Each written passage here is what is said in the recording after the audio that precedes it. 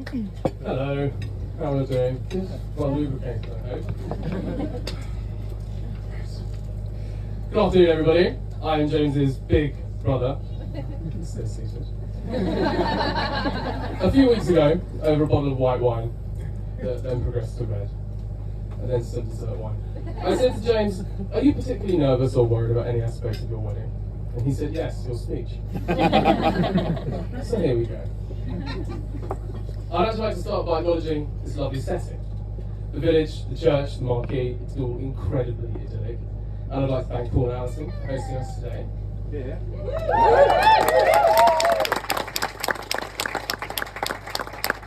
I've seen a fraction of the work that's gone into setting up today. Sadly, when I arrived, most of it had been done. Their organisation and offering to host today means that we can all be here right now in this perfect setting. So thank you. Yes, thank you. Mother and father of the groom? Sound that alright? Hopefully, yes. Ladies and gentlemen, James, the groom.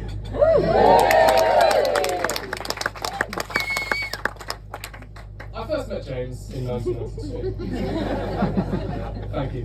Have a time for more. I remember being excited about having a sibling, perhaps not least because at that point he was significantly shorter than me. I'll just make it clear now, there will be no more jokes about height, especially when some of his recent hairstyle choices are right there. Today it looks alright, but most of the time I look at you and I think, Claire Baldwin's a lovely lady.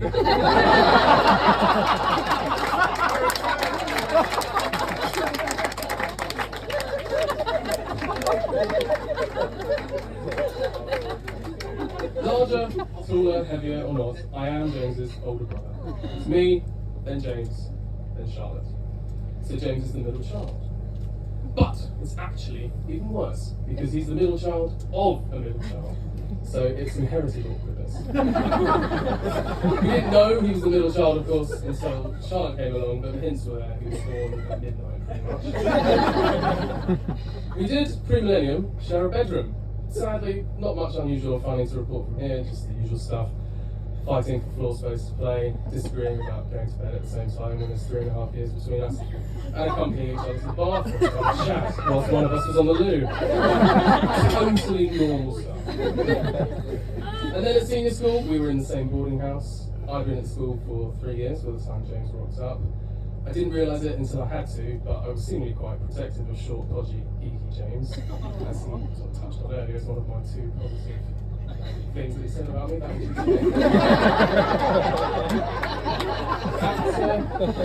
At this point in the day, that table down there are all thinking, James, this is so weird, who's James? That's because when he went to university, he rebranded as Jimmy. This is when being called Jimmy, rolling around in a rocking tracksuit with long hair was okay. Now then, at university, he studied Latin and Greek. I said, James, because he wasn't Jimmy yet. I said, James, why are you doing that? Latin is a dead language with no place in modern society per se. But he has proved me wrong. But he has proved me wrong by being able to translate lots of pizza menus, school mottos, and exorcisms.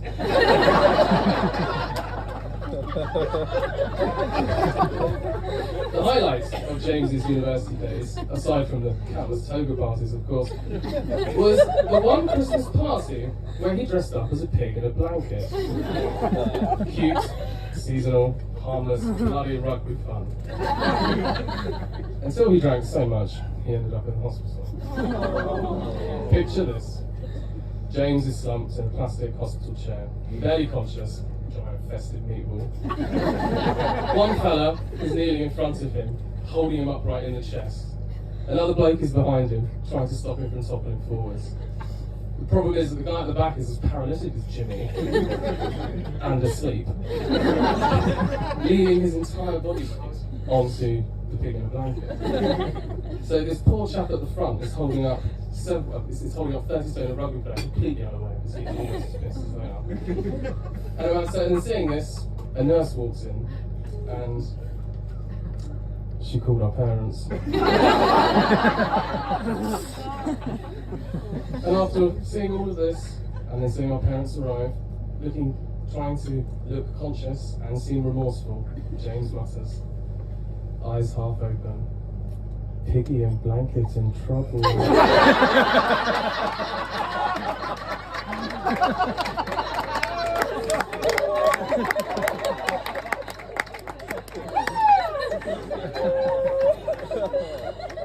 Since we're doing embarrassing stories, Lottie, I'm going to talk about you for a bit. Don't panic. Ladies and gentlemen, my sister-in-law.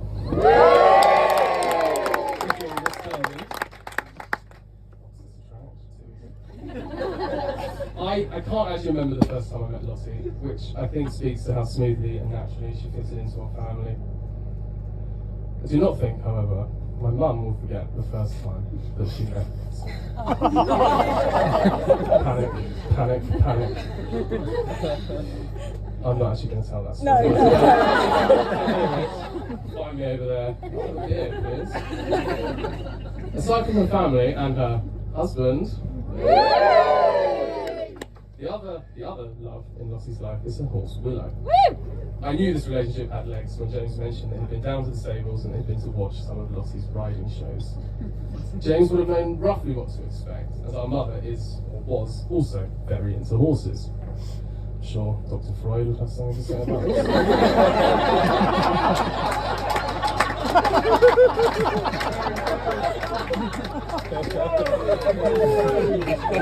I will also never forget my father's reaction to finding out that Lottie is a horsey person, knowing exactly what James was in store for. I think he said,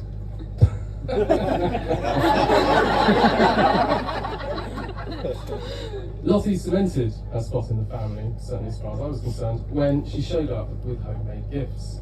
We had grown to expect the girlfriends to turn up with treats, but nothing prepared us for Lottie rolling in with homegrown rhubarb, basil leaves, Brussels sprouts, or swede, to name a few things straight from her parents' garden. Where we sit right now, any hope of a passive-aggressive one-upmanship contest was ended very early. Lottie, you've been around us long enough to know that if I'm not writing something to say, Charlotte usually writes a poem. Whenever heartfelt words are needed, birthday reveals, anniversary odes, or even writing Valentine's cards from our dad to our mum, it's Charlotte who gets drafted in. I can only imagine that James picked me today because he couldn't risk hearing one of her cringe poems.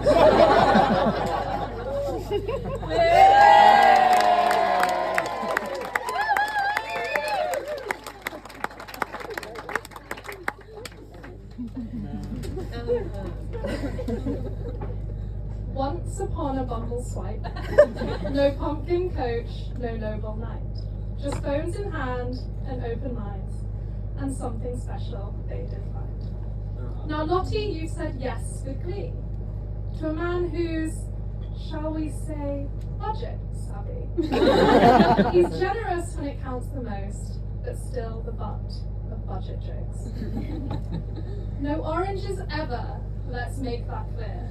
Not even a whiff can come too near. We'll toast with berries, grapes or lime, but oranges, Lottie draws the line.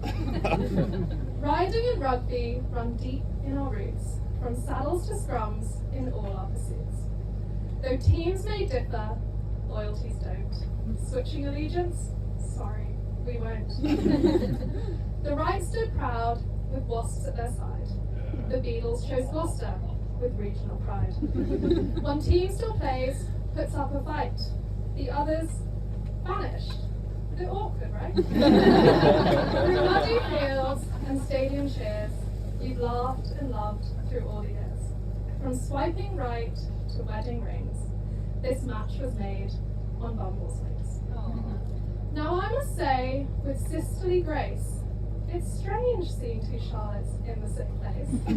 You stole my name, let that go, but gained a sister I now proudly know. Before I close, one truth to share. James hates my poems, it's quite unfair. He picks apart each line and rhyme. He just can't help it, every time. My time is up, so let's raise a glass to love that's built to truly last. May your days be sweet and your arguments few, and may Willow never outshine you.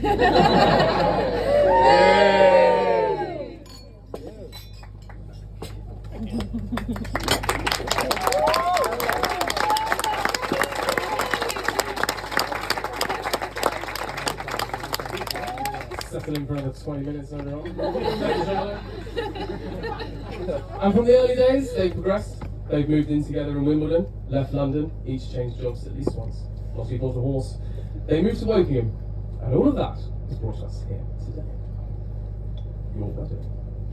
It has been an absolute privilege to watch your story and this love grow. And I think we're all incredibly grateful that it's here to this food and wine. Ladies and gentlemen, it's always good night from me. Tuck into the remaining food. This is the last speech. Anyone older than James or Lottie, now's probably a good chance to start warming up and stretching before going to the dance floor. James and Lottie, I hope that you are as supportive to each other as that chap at the front in the hospital. Whether you're doing fancy dress or having a chat while sat on the toilet, James will certainly keep your life interesting. The only thing left to do is to raise a glass, so if you could all please be upstanding.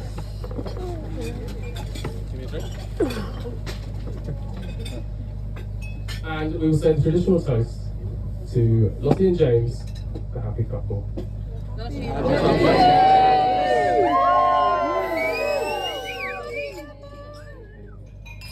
And that's that. Thank you.